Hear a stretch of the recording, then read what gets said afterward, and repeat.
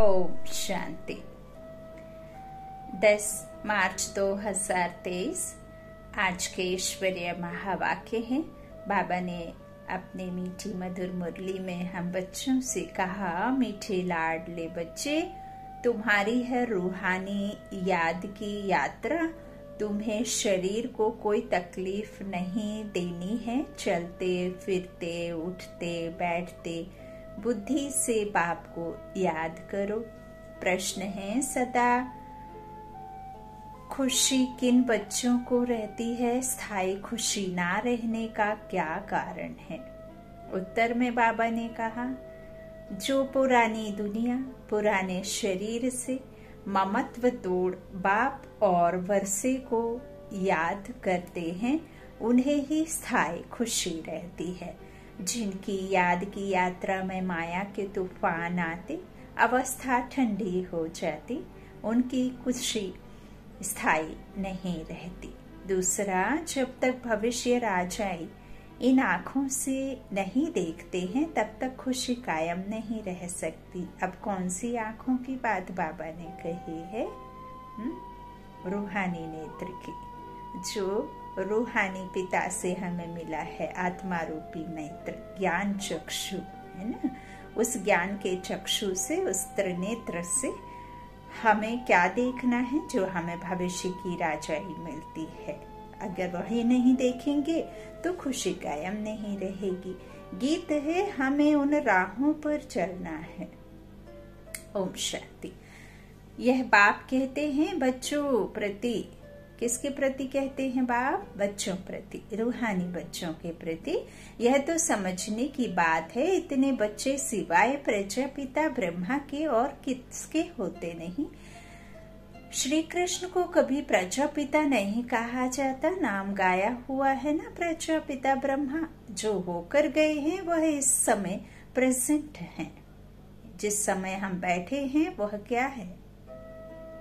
गुजरा हुआ कल है और अभी प्रेजेंट में है, तो होकर के गए हैं। तो प्रजापिता ब्रह्मा की संतान ब्रह्मा कुमार कुमारियां ढेर हैं। यह है प्रजापिता ब्रह्मा की औलाद। तो जरूर प्रजापिता ब्रह्मा का भी कोई बाप होगा ना। बच्चे जानते हैं हमारा दादा परमपिता परमात्मा शिव है। दादे का वर्षा बाप के द्वारा वह अब नई दुनिया रच रहे हैं, अर्थात पुरानी दुनिया को नई बना रहे हैं। इस पुरानी दुनिया में यह तन भी पुराने हैं, क्योंकि यह पतित तन है, कुख वंशावली है ना। इसीलिए यह कैसा है? विकारों से हुआ ना, तो यह पतित है, पुराने हैं। नई दुनिया में सतो प्रधान नए तन होते हैं योग बल से। पावन दुनिया, पावन तन और पावन आत्मा है ना। पुण्य आत्मा कहते ना, तभी तो फिर इस तन रूपी मंदिर में कैसी आत्मा बैठे? देव स्वरूप आत्मा बैठे तो उसके लिए क्या? आत्मा भी तो एकदम देवत्व होनी है, तब तो बैठेगी इस मंदिर रूपी शरीर में। अच्छा साफ सुथरा शरीर होगा है ना, पावन तन में। तो इस तरह बाप समझाते हैं, नई दुनिया में सतो प्रधान नए तन होते हैं। वह कैसे होते हैं? देखो इन लक्ष्मी नारायण को, यह है नई दुनिया के नए तन। इन्हों की महिमा भारतवासी जानते हैं। यह स्वर्ग नई दुनिया, नए विश्व के मालिक हैं। नई दुनिया जो थी वह अब पुरानी है। 84 जन्म लेने पड़ते हैं ना, इनका भी पूरा हिसाब है। कौन पूरे 84 जन्म लेते हैं? सब तो नहीं लेते। 84 जन्म सिर्फ वही लेते हैं जिनका आदि से अंत तक पाठ है, जो पहले सृष्टि पर थे। हर एक बात लाडले बच्चों को धारण करने हैं। यहाँ कोई मनुष्य को नहीं समझाते। यह तो निराकार परमपिता परमात्मा मनुष्य तन में बैठ समझाते हैं। बलिहारी उनकी है, वह नहीं समझते तो हम कुछ भी नहीं जानते। हम तो बिल्कुल तुच्छ बुद्धि थे। अभी रचयिता और रचना के आदि मध्य अंत को जाना है। हु इज हु, इस बेहद ड्रामा में सबसे मुख्य पार्टधारी कौन कौन है? यह अविनाशी बना बनाया ड्रामा है। गाते भी हैं, बनी बनाई बन रही। गायन भक्ति मार्ग में करते हैं, परंतु यह अभी समझाया जाता है कि यह ड्रामा का खेल कैसे बना हुआ है। बाप बैठ समझाते हैं, लाडले बच्चे, यह तो तुम जान गए हो कि तुमको यात्रा पर चलना है। मनुष्य यात्रा पर बहुत कष्ट सहन करके जाते हैं, है ना। तन मन धन सब कुछ खर्च करना पड़ता है स्थूल में। यहाँ तो मेहनत नहीं करनी है। अभी तो एरोप्लेन, ट्रेन आदि बहुत सहज निकली हैं। आगे तो मनुष्य पैदल यात्रा पर जाते थे, है ना। अब सहज है तो मुश्किल भी है। यदि उसके फायदे हैं तो नुकसान भी है। इतने सारे जिस फ्लाइट में, जिस एरोप्लेन में बैठ करके जाते हैं और थोड़ा भी कुछ गड़बड़ी हुई तो सारे के सारे खलास, है ना, सेकंड्स में। तो इस तरह से यह सब अभी निकले हैं सहज, नहीं तो पैदल चलते थे। चलते चलते तूफान लगते थे, मनुष्य बेहाल हो जाते थे। फिर कोई वापस लौट आते थे तो आधा कल्प द्वापर से लेकर जिस्मानी यात्रा चलती है। भक्ति मार्ग में मनुष्य यात्रा पर क्यों जाते हैं? भगवान को ढूंढने, है ना। और कोई कारण तो है नहीं, कुछ ना कुछ उनका एम है। तो एम क्या है? भगवान को ढूंढना, भगवान से मिलना। भगवान कहीं बैठा तो नहीं है। भगवान के जड़ चित्र पूजे जाते हैं, जो होकर जाते हैं उनके जड़ चित्र बनाते हैं। चैतन्य में तो भगवान मिल ना सके। शिवलिंग आदि यह सब जड़ चित्र हैं। जड़ चित्रों को देखने के लिए यात्रा करते हैं। यह एक भक्ति मार्ग की रस्म है। जानते हैं, परंतु कोई की भी बायोग्राफी को नहीं जानते कि यह कौन है, कब आए थे। शिव जयंती मनाई जाती है, परंतु उनको भी जानते नहीं। कह देते हैं कि शिव और पार्वती का विवाह हुआ तो शिवरात्रि मनाते हैं। इसीलिए रात्रि जागरण और रात में जाग करके फिर गाने आदि गाते हैं भक्ति में, है ना। जबकि यहाँ बाबा ने हमें कहा है कि मैं आया जब घनघोर अंधेरी रात इस दुनिया में हुई, है ना। तो भारत पर मैं आया, है ना, अखंड भारत, है ना। तो इसलिए बाबा कहते हैं शिव जयंती, है ना। तो शिव जयंती मनाई जाती है, लेकिन कोई जानते नहीं। आजकल तो इस उत्सव को भी उड़ा दिया है, क्योंकि इनका नाम रूप आदि प्रायः लोप होना ही है। अभी तुम जानते हो, ऊंचे ते उच्च ज्ञान का सागर सुख का सागर है। सागर से अभी हमको ज्ञान मिल रहा है। वही बेहद का बाप अभी प्रैक्टिकल में है। अमरनाथ भी शिव बाबा है ना। अमरनाथ क्या करते हैं? अमर कथा सुना करके हमें अमरपुरी का मालिक बनाते हैं। तो वो तो अमरनाथ ही बनाएगा, खुद तो बनते नहीं, हम बच्चों को बनाते हैं। तो दिखाते हैं, बर्फकालिंग बन जाता है। मनुष्यों को ठगने के लिए गपोड़े तो बहुत लगाते हैं। तो उस जिस्मानी यात्रा पर तकलीफ बहुत होती है। यह है रूहानी यात्रा। इसमें शरीर की कोई तकलीफ नहीं है। तुम बच्चे समझते हो, हम बेहद के बाप के बच्चे हैं। भक्ति मार्ग में जन्म जन्मांतर याद करते आए हैं, अब स्मृति आई है। बाप कहते हैं, तुम 63 जन्म ढूंढते ढूंढते उतरते गए। पहले एकदम कड़ी नौधा भक्ति करते हैं, फिर भी दुनिया को तमो प्रधान तो जरूर होना है। झाड़ वृद्धि को पाता है जरूर। एक भी मनुष्य वापस मेरे पास आ नहीं सकते। यहाँ ही जब तक नाटक पूरा नहीं होता, नाटक में सबको अपना पार्ट बजाना है। सतो रजो तमो में आना है। नंबर 1 का ही मिसाल लो। नंबर 1 लक्ष्मी नारायण सतो प्रधान थे, अब तमो प्रधान है, जिसमें ही फिर शिव बाबा ने प्रवेश किया है, क्योंकि इनको ही फिर नंबर 1 बनना है। फिर वापस में माँ को रखते हैं। माताओं को लिफ्ट देनी होती है। पहले लक्ष्मी फिर नारायण। माताओं का नाम ऊंचा किया जाता है। माता सदैव पतिव्रता होती है, पुरुष कभी पत्नीव्रता नहीं होते। वंदे मातरम कहा जाता है। इस समय तुम बाप के बने हो। तो तुम हो जाते हो ब्रह्मा कुमार कुमारी। माता गुरु बिगर कभी किसका उद्धार होता नहीं। गुरु तो बहुत ढेर के ढेर हैं, फिर भी कलयुग घोर अंधकारा हो गया है। कितने गुरु गोसाई हैं, कहाँ कहाँ हरिद्वार आदि में उन्हों के मंदिर बने हुए हैं। नहीं तो वास्तव में मंदिर उनको कहा जाता है जिसमें देवताएं होते हैं।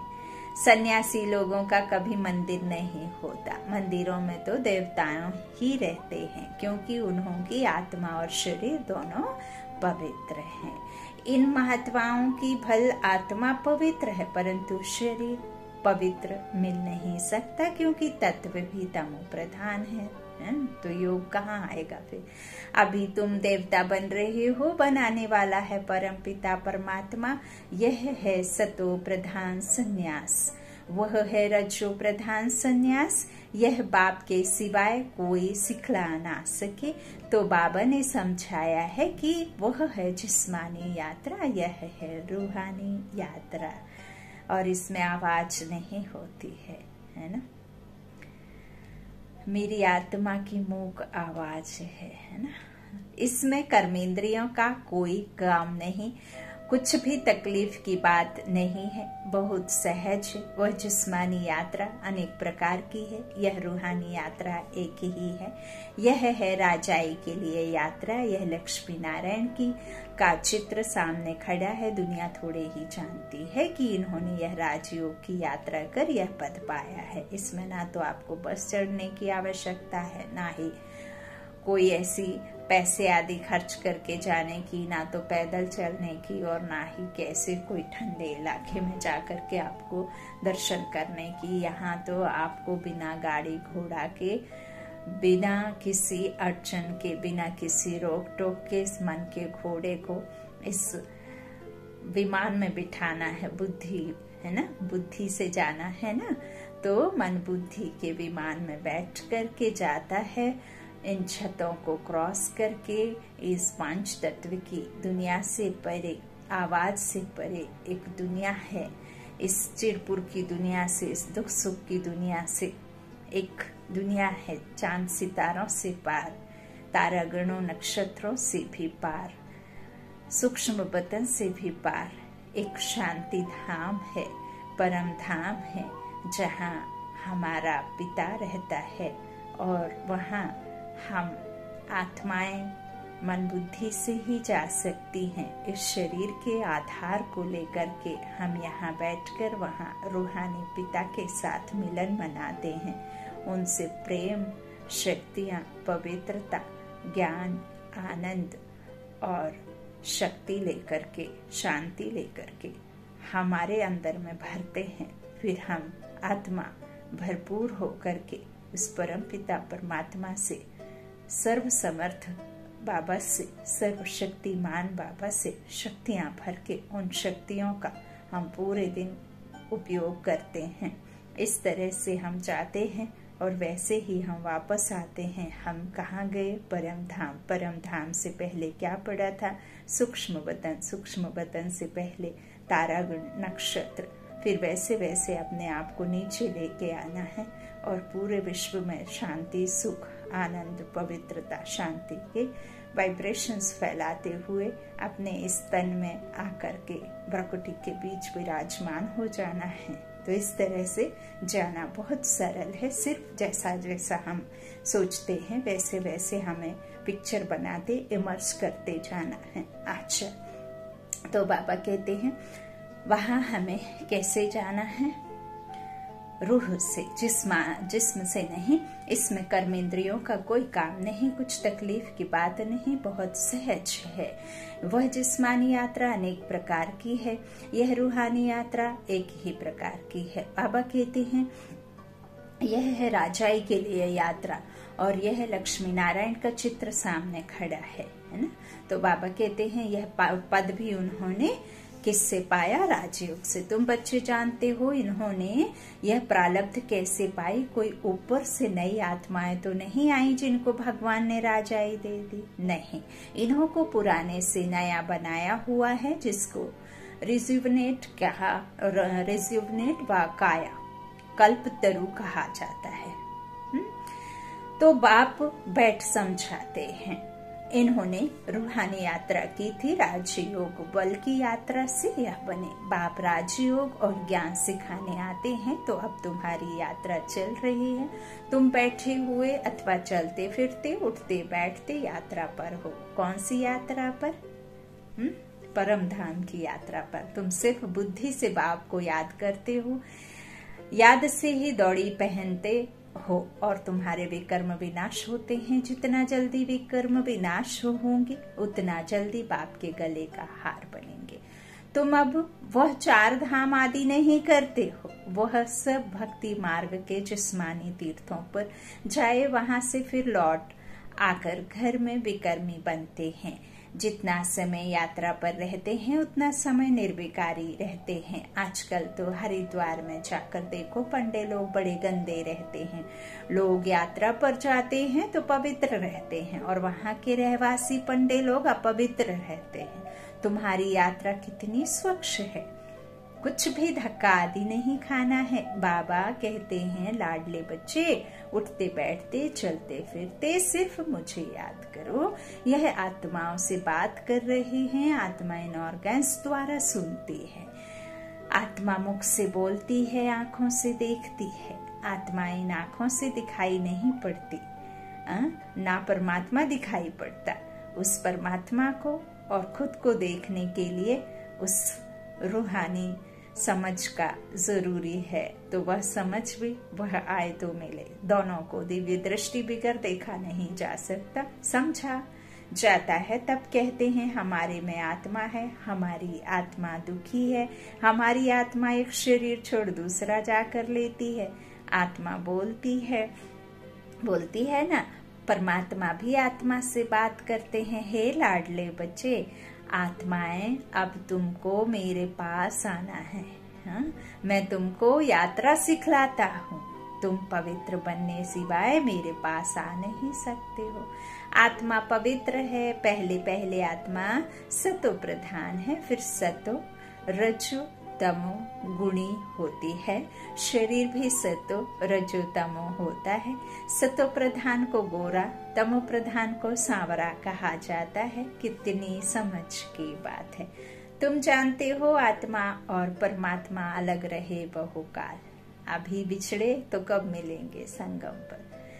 अब आकर फिर मिले हैं। मनुष्य के साथ मिलेंगे, आत्मा आत्माओं के साथ मिलेगी, परमात्मा भी वहां मिलेंगे।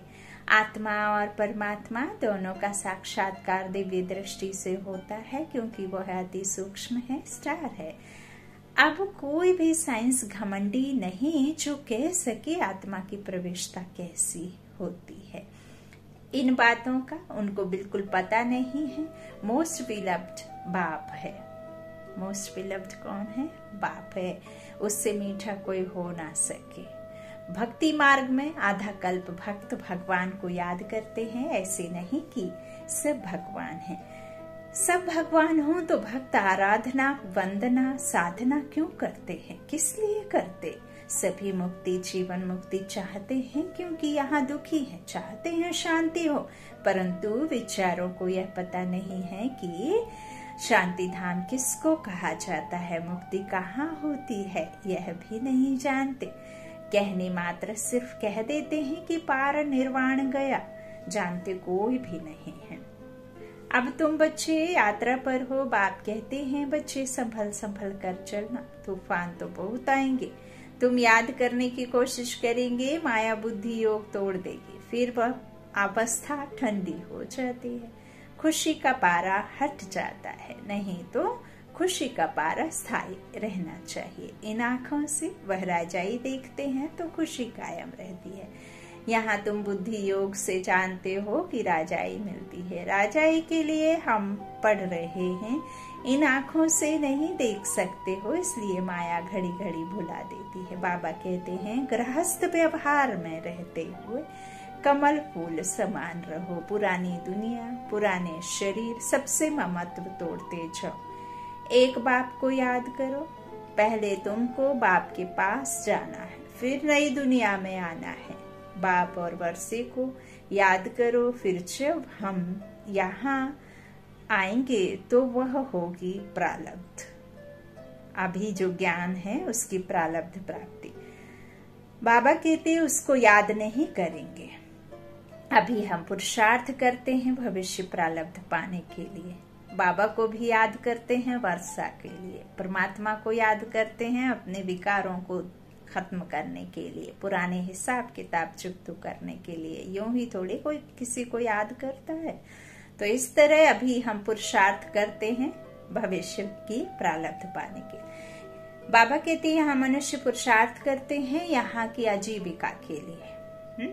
हम भविष्य की आजीविका के लिए पुरुषार्थ करते हैं। गृहस्थ व्यवहार में रहते फिर यह कोर्स भी उठाना है, नॉलेज को धारण करना है। फिर तुमको पुरुषार्थ नहीं करना होगा। वहां तुम पुरुषार्थ नहीं करते, प्रारब्ध भोगते हो। तुम जानते हो हम भविष्य बनाते हैं, वहां प्रारब्ध भोगेंगे। वहां याद नहीं रहती कि हम प्रारब्ध भोगते हैं। फिर तो पुरुषार्थ भी याद पड़े। पुरुषार्थ और प्रारब्ध दोनों ही भूल जाते हैं। प्रारब्ध भोगते रहते हैं, पास्ट का पता नहीं रहता।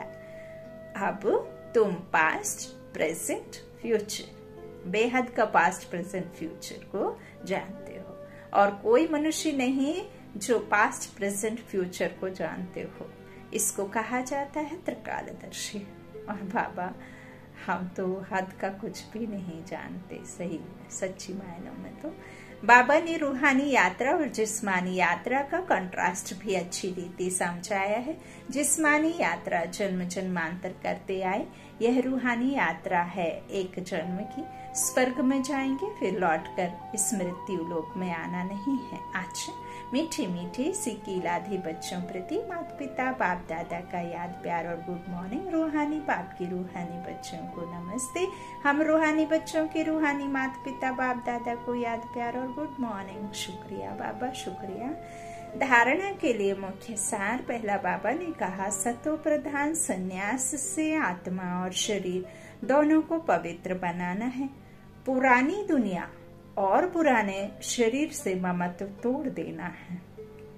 दूसरा, त्रिकालदर्शी वन, पास्ट, प्रेजेंट, फ्यूचर को बुद्धि में रख पुरुषार्थ करना है। नॉलेज को धारण कर स्थायी खुशी में रहना है। वरदान है आज का वरदानी बाप का। पुराने हिसाब किताब को समाप्त कर संपूर्णता का समारोह मनाने वाले बंधन मुक्त भव। इस पराये देश में जब सभी बंधन युक्त आत्मा बन जाते हैं, तब बाप आकर रूप और स्वदेश की स्मृति दिलाकर बंधन मुक्त बनाए स्वदेश में ले जाते हैं और स्वराज्य अधिकारी बनाते हैं। तो अपने स्वदेश में चलने के लिए सब हिसाब किताब के समाप्ति का समाप्ति समारोह मनाओ। अब कौन सा स्वदेश, कौन सा बंधन, कौन सा स्वरूप? बाबा हमें हमारा कौन सा स्वरूप याद दिलाते हैं, जो हमारा निज स्वरूप है। ऐसे, और कौन सा स्वदेश, ऐसे नहीं कि जहाँ अभी आपके शरीर का जन्म हुआ और इस शरीर के जो माता पिता हैं उसे स्वदेश कह रहे हैं। बाबा नहीं, बाबा कह रहे हैं यहाँ तो हमारे माँ के गर्भ में मिलता है ये शरीर। हम आते हैं तो वो स्थान कहाँ है जहाँ से हम आए हैं, अब उसी जगह हमें जाना है। तो वही सब स्मृति दिलाने परमात्मा आए हैं। हमारा असली घर, असली पिता, और हम कौन हैं, कहाँ से आते हैं, क्यों आते हैं और कब जाना होता है, यह सब परमात्मा हमें याद दिलाते हैं। तो यह समाप्ति समारोह मनाओ। जब अभी यह समारोह मनाएंगे तब अंत में संपूर्णता समारोह मना सकेंगे। बहुत काल के बंधन मुक्त ही बहुत काल के जीवन मुक्त पद को प्राप्त करते हैं। स्लोगन, अपने उमंग उत्साह के सहयोग और मीठे बोल से कमजोर को शक्तिशाली बना देना ही शुभ चिंतक बनना है। अपने उमंग उत्साह के सहयोग और मीठे बोल से कमजोर को शक्तिशाली बना देना ही शुभ चिंतक बनना है। अच्छा, ओम शांति। शुक्रिया, शुक्रिया, शुक्रिया।